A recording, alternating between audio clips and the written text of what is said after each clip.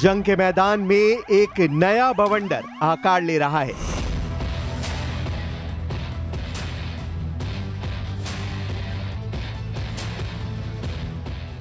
एक ऐसा बारूदी बवंडर जो पूरे यूरोप को तहस नहस कर सकता है।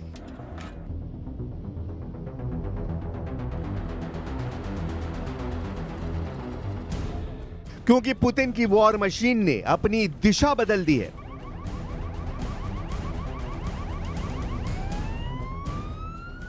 पोलैंड की सेना ने आधिकारिक तौर पर ऐलान किया है कि उसके आसमान में रूसी ड्रोन बार बार घुसपैठ कर रहे हैं। वॉर्सो से लेकर ल्यूब्लिन तक एयर स्पेस का उल्लंघन हुआ। इतना ही नहीं, रेज़ो जास्योंका एयरपोर्ट, जो यूक्रेन को हथियार और राहत सामग्री पहुंचाने का बड़ा हब है, उसे भी अस्थायी तौर पर बंद करना पड़ा। यह वही एयरपोर्ट है जिसे नेटो का लाइफलाइन कॉरिडोर कहा जाता है।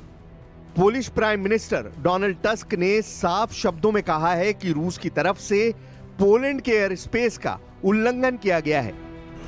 Dzisiaj w nocy doszło do naruszenia przestrzeni powietrznej, polskiej przestrzeni powietrznej przez dużą liczbę rosyjskich dronów. Te drony, które stanowiły bezpośrednie zagrożenie, zostały zestrzelone. Mamy do czynienia najprawdopodobniej z prowokacją na dużą skalę, ale równocześnie jesteśmy w konsultacjach z naszymi sojusznikami. Jestem w stałym kontakcie z sekretarzem generalnym NATO, tak aby przez najbliższych kilka godzin, dni i w dalszej przyszłości इस बयान ने तस्वीर साफ कर दी कि मामला अब सिर्फ यूक्रेन बनाम रूस का नहीं रहा। और यही इशारा यूक्रेन के राष्ट्रपति व्लादिमीर ज़ेलेंस्की ने भी किया है। उन्होंने दावा किया कि पोलैंड की सीमा में रूसी ड्रोन की एंट्री एक सोची समझी साजिश का हिस्सा है। इतिहास गवाह है, जब भी रूस ने बेलारूस के साथ मिलकर ज़ापद जैसे बड़े सैन्य अभियान किए हैं, उसके बाद हालात और बिगड़े हैं। और अब पोलैंड ने एहतियातन बेलारूस सीमा सील करने का फैसला कर लिया है। यानी संदेश बिल्कुल साफ है, पुतिन की जंग अब नेटो के दरवाजे पर दस्तक दे रही है। आने वाले दिनों में यही मोर्चा यूरोप की सबसे बड़ी तबाही का आगाज कर सकता है। ये पूरी कहानी समझेंगे, लेकिन उससे पहले ज़ापद एक्सरसाइज की तस्वीरें देख लेते हैं।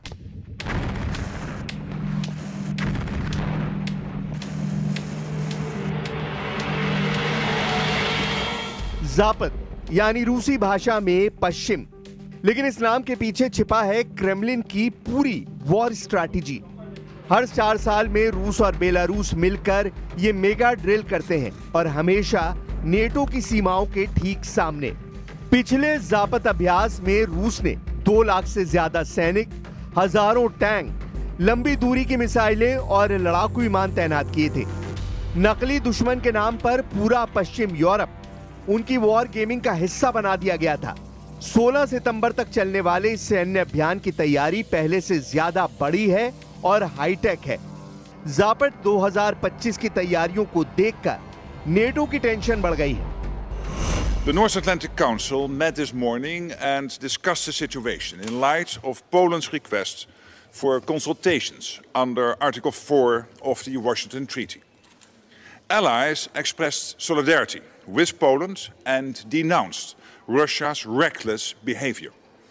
A full assessment of the incident is ongoing. What is clear is that the violation last night is not an isolated incident. इस बार रूस बेलारूस ने मिलकर cyber attack simulation, electronic warfare और हाइपरसोनिक मिसाइलों की तैनाती तक शामिल की है।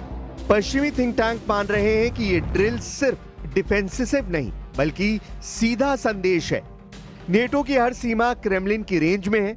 इतना ही नहीं, इस अभ्यास में आर्कटिक से लेकर ब्लैक सी तक एक साथ कई मोर्चों पर युद्ध अभ्यास हो रहा है।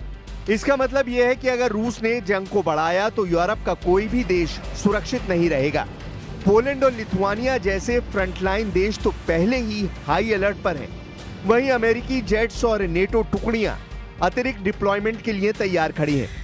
यानी ज़ापद अब सिर्फ एक मिलिट्री ड्रिल नहीं, बल्कि यूरोप को युद्ध की दहलीज पर खड़ा करने वाला इशारा बन गया है।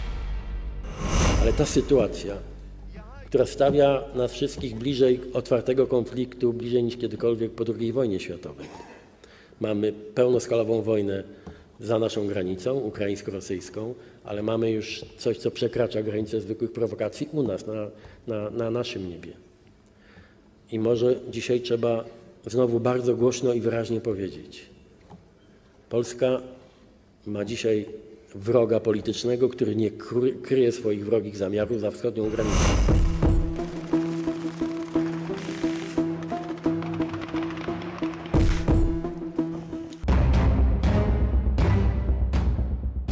तस्वीर साफ है, यूक्रेन सिर्फ पहला पड़ाव है, मंजिल कहीं और है। अब जरा सोचिए, यूरोप की सीमाओं पर अगर ये जंग फैलती है तो असर सिर्फ टैंकों और मिसाइलों तक सीमित नहीं रहेगा। स्टॉक मार्केट से लेकर ग्लोबल ऑयल प्राइस तक हर सेक्टर इस आग की लपटों में झुलसेगा। पहले से ही जर्मनी और फ्रांस में महंगाई रिकॉर्ड स्तर पर पहुंच चुकी है। अगर ऊर्जा संकट और गहरा हुआ तो यूरोपीय जनता की नाराजगी सड़कों पर दिखेगी। यही वो मोमेंट है जहां पुतिन को बढ़त मिल सकती है, क्योंकि उनकी स्ट्रैटेजी सिर्फ युद्ध नहीं बल्कि मनोवैज्ञानिक दबाव भी है। अगर यूरोपीय जनता अपने नेताओं पर दबाव बनाएगी तो नेटो की एकजुटता खुद ब खुद टूट सकती है। ब्रिटिश इंटेलिजेंस की रिपोर्ट के मुताबिक रूस पहले से ही सोशल मीडिया प्लेटफॉर्म पर फेक न्यूज और डिसइंफॉर्मेशन कैंपेन चला रहा है। यानी यूरोप के भीतर से ही यूरोप को अस्थिर करने की कोशिशें शुरू हो चुकी हैं। तो सवाल यही, क्या ये सब मिलकर यूरोप को उस खाई की ओर धकेल रहे हैं जहां से वापसी नामुमकिन होगी, या फिर अमेरिका और नेटो अपने संयुक्त मोर्चे से रूस को रोक पाएंगे? इतिहास हमें यही बताता है कि हर बड़ी जंग पहले चेतावनी बनकर सामने आती है, और इस बार चेतावनी यूक्रेन की जलती हुई धरती से उठ रही है, जिसकी गूंज यूरोप तक सुनाई दे रही है। लेकिन इस पूरी जंग का सबसे बड़ा हथियार सिर्फ मिसाइल और ड्रोन नहीं है, असली बारूद है प्रतिबंधों की सियासत। अमेरिका ने रूस को दबाने के लिए जिस सेकंड स्टेज सैंक्शंस का रास्ता चुना है उसे समझना बेहद जरूरी है। डोनाल्ड ट्रंप ने अपने नए फरमान से साफ कर दिया है कि रूस पर अब सिर्फ सीधी पाबंदियां नहीं लगेंगी, बल्कि जो भी देश रूस की मदद करेगा वो भी अमेरिका के शिकंजे में आएगा। इसे कहते हैं सेकेंडरी सैंक्शंस, यानी रूस के साथ बिजनेस करने वालों पर भी वही सजा जो रूस पर लगाई जा रही है। सोचिए इसका असर कितना बड़ा होगा। रूस से तेल खरीदने वाले, रूस से टेक्नोलॉजी लेने वाले, यहां तक कि उसके बैंकों से ट्रांजैक्शन करने वाले भी अब अमेरिकी रडार पर होंगे। यानी ये जंग रूस बनाम अमेरिका नहीं रहेगी, बल्कि रूस के साथ खड़े देशों बनाम अमेरिका और उसके सहयोगियों में बदल जाएगी। और यहां सबसे बड़ा सवाल उठता है, भारत जैसे देशों पर इसका असर कैसा होगा? भारत ने अब तक रूस से सस्ती कीमत पर कच्चा तेल खरीदा है, लेकिन अगर अमेरिका सेकेंडरी सैंक्शंस लागू हो गए तो भारतीय कंपनियों और बैंकों पर भी असर पड़ सकता है। भारत को अपने ऊर्जा सुरक्षा और रणनीतिक रिश्तों के बीच बेहद नाजुक संतुलन साधना होगा, क्योंकि अमेरिका की कोशिश साफ है, रूस की सप्लाई लाइन तोड़ना, उसे अकेला करना और उसके युद्ध के इंजन को ठप करना। लेकिन एक सच ये भी है कि रूस को कभी भी प्रतिबंधों से रोकना आसान नहीं रहा। 2014 में क्राइमिया पर कब्जे के बाद भी पुतिन पीछे नहीं हटे, बल्कि और मजबूत होकर लौटे। और आज भी जब रूस पर 15,000 से ज्यादा प्रतिबंध लागू हैं, तो उस वक्त भी रूस की वॉर मशीन और ज्यादा खतरनाक रूप ले चुकी है। असल डर यही है, पश्चिम की ये पाबंदियां कहीं रूस को और ज्यादा आक्रामक न बना दें, क्योंकि अगर पुतिन ने मान लिया कि अब खोने के लिए कुछ नहीं बचा, तो उनके कदम और भी खतरनाक हो सकते हैं। और यही वो मोड़ होगा जहां से यूरोप की सरहदें जलती हुई आग में बदल सकती हैं। और अब सोचिए, जब आसमान से ड्रोन बरस रहे हों, जब मिसाइलें शहरों को राख में बदल रही हो, जब गोलाबारी की गूंज पूरी रात गूंजती रहे, तो वही माहौल पुतिन यूरोप की दहलीज पर भी लाना चाहते हैं।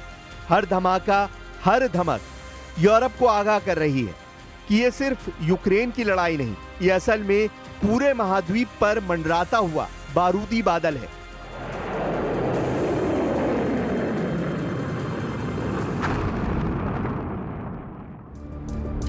अगर रूस ने नेटो की सरहदों पर एक भी मिसाइल दाग दी तो फिर खेल सिर्फ 2 देशों का नहीं रहेगा, ये तीसरे विश्व युद्ध की दहशत में बदल जाएगा।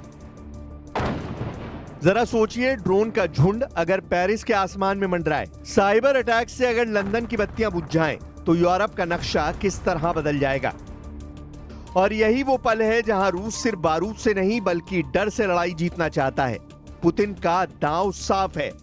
हर धमाका, हर मिसाइल, हर ड्रोन सिर्फ जमीन पर वार नहीं करता, बल्कि यूरोप की हिम्मत और उसकी एकजुटता को भी तोड़ने की कोशिश करता है। यानी खेल अब खुल चुका है। एक तरफ नेटो के बारूद के ढेर, दूसरी तरफ पुतिन की मिसाइलों का तूफान और बीच में फंसा हुआ यूरोप। सवाल अब यही है, क्या ये धमाके सिर्फ चेतावनी है या फिर असली महायुद्ध की शुरुआत?